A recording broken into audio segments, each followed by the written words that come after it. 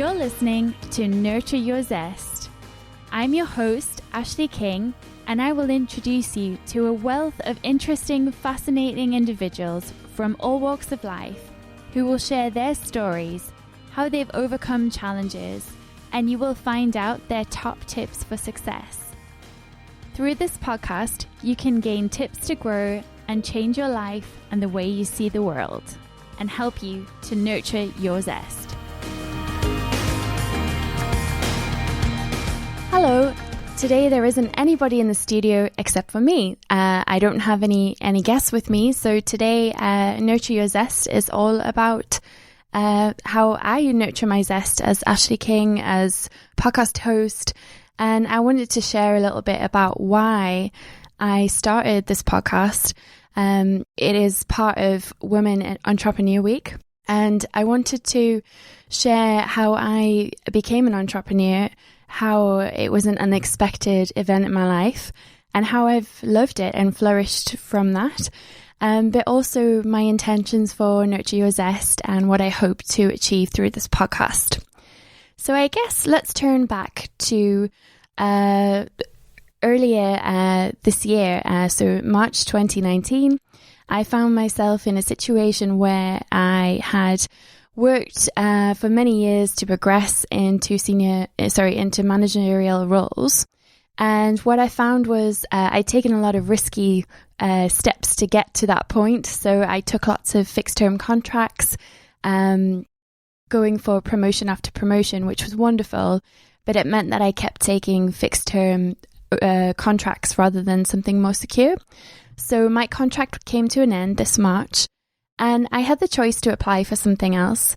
But at the time, I felt like I didn't feel up to going through interview after interview, turning applications around really fast. I'd gone through a bit of a difficult time in my personal life, and I decided that I would use that time to have a bit of a break. I had two colleagues, two people that I worked with very closely on amazing projects that really lit up my soul and lit up my life. And I decided after their offer for me to become more involved in their work that I would see what I could do on my own.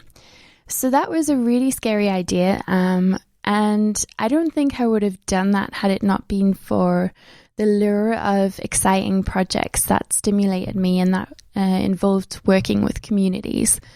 So in March 2019 this year, I decided to leave a 8-year role at Newcastle University, which I loved. I really enjoyed working there. I always will. It was a really special place for me. I grew there. I found myself. I did my degree while I was studying at Newcastle, made some of my best friends, met amazing mentors. But for me, I thought, okay, it's time for me to find something else and go out on my own. The first thing you think when you're an entrepreneur is, what am I going to do? Who is going to listen to me? And what can I talk about? What can I do that's going to make money? What skills do I have? And it's funny looking back because my story starts around 5 or 6. I always had an entrepreneurial mindset. So I used to sell my really scribbled pictures to friends and family for usually 2 or 5 rand. So I'm from South Africa originally, so we deal in rands. And I used to get in trouble for that because my brother and I would sell pictures every day to the lady who lived in our garden flat. And my dad had to tell us to stop because we were just taking up all her money to go and buy sweets. So it was a lot of fun, but I don't think we'd learned about the ethics of entrepreneurship at that time. Another thing that showed entrepreneurial spirit quite young is I always loved writing, and I always wanted to be a writer. If there's any Sweet Valley High fans out there, my goal in life was to be Elizabeth Wakefield. I wanted to be a Pulitzer Prize winning writer one day.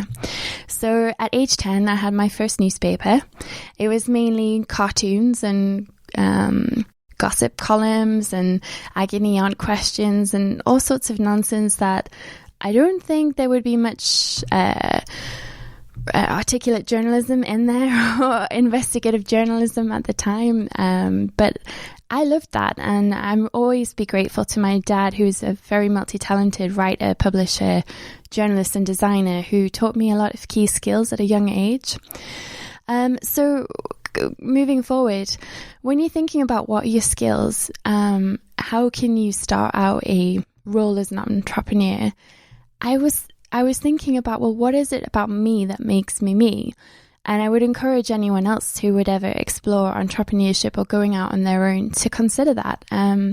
So my idea at first was very naive. I thought, well, I love to make events. I love to make things look pretty. So I will go and I will start a business making things look pretty. And that's not what entrepreneurship's like. So when you start a business, you don't think about all the things that you have to do. So things like your bookkeeping, your sales, your marketing, your social media marketing, your strategies, all of the administration.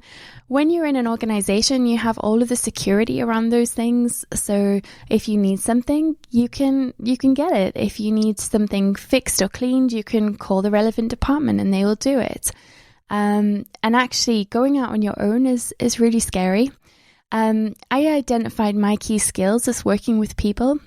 And that became really clear when all of the projects I became involved in were around working with people, usually from other backgrounds, other walks of life, other cultures, and showcasing their culture in a way that was really authentic to them in their own words and their own stories. And so what I discovered is that the two types of work I continually got were opportunities to run special events, usually bespoke one-off events, but also social media marketing and strategy. And I think part of that comes back to skills as a writer, which I mentioned earlier, and I guess a way of putting a bit of a spin on things. I got quite a lot of work for press releases, organic social media campaigns, reviewing clients' digital marketing strategies, creating a bit of a buzz around a product launch or an event. And these were all really great opportunities to learn not just about the organization I was working with, so it could be charities, private sector, public sector, but actually I learned a lot about myself in those roles. So entrepreneurship wasn't what I expected. I just kind of flung myself in and took anything that was offered to me. Now, there are a lot of lessons to learn from that. First of all, when you start out, you need to consider the legalities of what you're doing. Have you got, appropriate documentation in place? Are you going to be a sole trader or a limited company? Do you have contracts with the people you're working with? Do you have a deposit that you take? I think a lot of people make the mistake I did at first, which was around charging for things. I certainly didn't charge right at first. I went in very low. And what I've discovered through working with my accountant and talking to other entrepreneurs is actually when you work as a freelancer, you need to charge a lot more. And the main reason for that is because you need to charge for the security that other people might have in a normal organization. So what I mean by that is you don't know how regularly you're going to get work. People will be paying for your time and expertise. Something I've learned is that something may take me 5 minutes or 20 minutes to do. However, other people are paying me for the years and that I've gone into learning that skill, or the qualifications and further learning that I have invested time into doing. I think a lot of entrepreneurs have a sense of imposter syndrome around charging and around whether they're good enough and why would people pay me for that, and am I of value? Could I really charge that? And actually it's only really through asking what you're worth that you will value your work. It's easy to become resentful if you're getting paid a lot less. So if you compare being an entrepreneur as well to a full-time member in an organization, you would have a pension in an organization, you would have sick pay, holiday pay, things like that. So all of those things need to be factored into your role in any business agreement that you do. So there's a lot of things like this, which as a true creative, very free-spirited and quite quirky, I didn't feel that I knew anything about that stuff. And I think I'm really grateful in this instance to some really amazing mentors who have given up their time so willingly and so generously. And it's only through networking and meeting some of these people that I've been able to find that belief in myself, but also learn so much about myself and what I'm doing. So on that note, I think that to be a good entrepreneur, what you need to do is find your tribe. So a lot of people talk about how lonely entrepreneurial work is, or being on your own, because you're often working from home, or maybe you could be working in a co-working space. Usually with most of us, the cash flow at first is really low, so you're trying to keep costs as low as possible. And I think a lot of people think you're just sitting at home watching Netflix, sending the occasional email, but actually, usually you're working around the clock 7 days a week because you lose your structure. You just become all consumed by your business and it can take over you. So what I found is actually through going to networking events. There's a lot of great networking events in Newcastle upon Tyne. It's a really big startup hub. It's, I would say, almost like a hub of electricity for me. That's how I describe it. There's a really huge ecosystem here of startups, and everyone's interconnected. And going to networking events, meeting people, learning their names, getting to know their stories is how you can A, find work, but also B, learn about what else is going on around you, around the sector. I've had some brilliant conversations with people who've worked in similar industries to me, so around events and PR and the things that I'm interested in. I think as well, when you consider the industry you want to go into, you need to really do some research. So at first, I wanted to be a wedding planner, using my love of events and making things look beautiful. And when I looked into the stats, only 2% of people in my area, in my region, are looking for a wedding planner. 2%. So if I was spending all of my time in the world trying to get business when there are already other established wedding planners who do an excellent job, who are offering a very different service to what I would want. So for example, they might be offering a very luxurious wedding planning service, whereas I would want to do something much more quirky, helping couples to come up with really cool and authentic ways of having their wedding that in a way that was fun and meant something to them. So eco-friendly weddings, upcycled materials, quirky themes. And actually, when you think about it, that isn't really going to be a sustainable business for me. One thing at first as well, you get a lot of work where people offer you to do things for free because you might get some exposure out of it. And what I have learned is that exposure doesn't pay the rent. It is a cliche, to say that, but it can be really hard starting out when there are expectations that you'll work for free. However, I did do some pieces of work for free, and I always will, because ethics and sharing value with community organizations or charities is always going to be important to me. It's part of my value system. So how I've decided to do that going forward is that now, if an organization that is a charity wants to work with me, I ask them first, have they got funding to work together? And I also donate maybe 5 to 10 hours a year to a particular charity.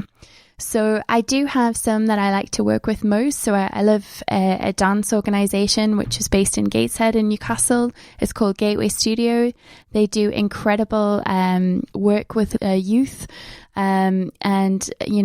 It's not just dance that they teach. It helps kids to overcome challenging situations in their life, and through dance they express their emotion, and they have a space to really find themselves and gain confidence and other skills, discipline, communication. So that's a really important project that's close to my heart. I'm very involved with TEDx, which is a non-profit, and there's 2 in Newcastle, 2 events. So there's TEDx Newcastle, there's TEDx Newcastle University. Those are things that I give my time to because I feel that there is value for me to give there, but also I learn so much from the interactions I have with other people.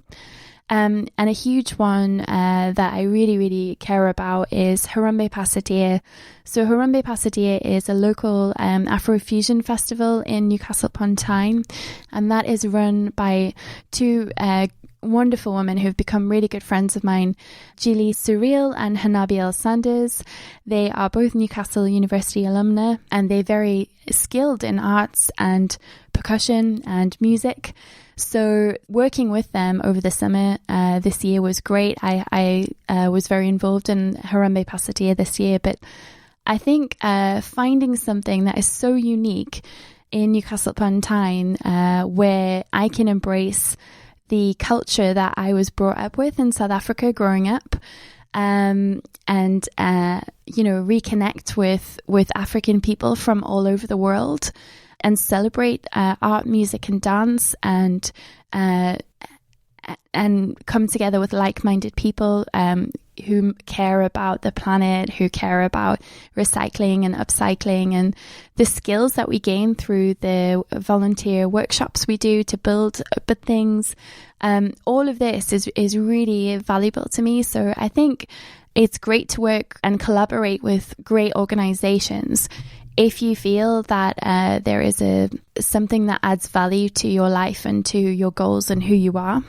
Working with colleagues helps you to see a lot about yourself. Who you surround yourself with is so important, and people will take the time to be honest with you and share truths that are sometimes hard to hear. And those are the friends and the colleagues that I really value in what I'm doing. The curious thing about starting a business is that for many people, we wait until everything is perfect, until our website's perfect, until we have everything in place, all the I's dotted and the T's crossed, and that isn't always feasible. Something I wish I'd learned when I first started out as an entrepreneur is MVP, your minimum viable product. What can you do that is your basic offer that will get you from A to B and start to bring in cash? For me, that turned out to be social media marketing and social media strategy. But I didn't realize that at the time. And as I mentioned, I went more down a bespoke events route, which meant infrequent cash flow. Cash flow is really important because you just can't plan ahead as an entrepreneur, and it can be hard. Many people I've spoken to have been really honest about how difficult it can be when you don't know what to expect. You may be waiting on people to pay their bills. You could wait 3 months for an organization to pay you. That can be really tough, and I think that's something I certainly wasn't prepared for, coming from a really well-run organization where I got paid every month on time, and a really nice salary, to not knowing from day to day what your situation's going to be like. So that can be really difficult. Back to surrounding yourself with people that really support and believe in you. I do believe that through those conversations, you can start to preempt things like that, learning from other people's experiences. So some people that have been really valuable to me have been Paul Lancaster, founder of Newcastle Startup Week and Newcastle Scale Up Summit. And the reason Paul's been really helpful to me is because he will always help and share his thoughts and ideas and advice, but also he runs a fabulous event called Founders Friday, which is an extension of Newcastle Startup Week. So my journey into entrepreneurship started with me trying to get as knowledgeable as possible. And because I like people, I wanted to meet people who I could talk to about these ideas. So I went to Founders Friday first and then Newcastle Startup Week this year, and I loved it so much, mainly because of the atmosphere and the buzz around the place, but also because of the fascinating people that I got to meet. And I think surrounding yourself with people who are dreamers and who believe in anything, the word impossible says I am possible, or I'm possible rather. So, that's a really powerful statement, and being with people that believe in you and spur you on can be really exciting and exhilarating. And actually, how Nurture Your Zest came about is because at Newcastle Startup Week, there was a podcast run by my producer and sponsor, Tim Lazinski of TL Multimedia Limited. And that was my first time being on a podcast. And I loved it, actually. I enjoyed being able to chat about my thoughts on things and what I was doing and what I hope to be doing going forward. After having been involved in that podcast at Newcastle Startup Week and realizing how much I enjoyed it and just chatting, I decided that I wanted to start my own podcast. And really, I wanted an opportunity to bring together people from all walks of life, from all backgrounds, to share their stories. Because stories are what bring us together and they're what help us to connect with each other. And they're so exciting. So Nurture Your Zest came about from this idea. And, we worked really hard on the name and thinking what it might be. I really wanted a podcast called The Chatterbox Club. And the story behind that is when I was around 7, I was in a school in South Africa. And I had a teacher who was quite forward thinking. It was actually the principal of the school. And I was always in detention for chatting in class. And she decided that rather than put people in detention and punishing them for chatting, she would use those skills to positive use. So the Chatterbox Club was born, and we would spend the detention hour debating and learning communication skills and writing stories and practicing how to speak out. And that was a really important part of my development as a young person. So I wanted to do the Chatterbox Club because chatting is super fun. However, that is already a very established name for many refugee groups. And actually, I decided that was space that wasn't mine to take. So Nurture Your Zest is all about overcoming the prickly situations in life, the things that are our adversity, the struggles. And actually, through that adversity and through overcoming that, we can then find our own zest through creativity or curiosity, and we can move forward. So I'm really excited that I get to meet great people from all over and from many different backgrounds. And the whole point is to raise aspirations, to provide a sense of inclusion and build community, and to empower individuals from all walks of life. So although I interview some fantastic business leaders, I also like to feature stories of people who may not normally have the opportunity to go on a podcast or to have the opportunity to share their ideas, because these are the stories that interest me. So just to wrap up, I guess, I have to do the question that I ask everyone else. My one word that gets me out of bed in the morning is zest. And that's what keeps me going and lifts me up when I'm down. Resilience to move forward. Zest is that passion that just helps keep you alive. And finding your zest, I think, is so important to finding and unlocking the secrets of who you really are. So that's for me. Thank you. You've been listening to Nurture Your Zest. You can find us online on Facebook, Twitter, Instagram and LinkedIn at Nurture Your Zest. If you've liked today, please subscribe. You can also leave us a review if you're feeling extra kind. Today's podcast has been made available through the kind sponsorship of TL Multimedia and That Branding Company. We look forward to catching up with you again soon as you learn to nurture your zest.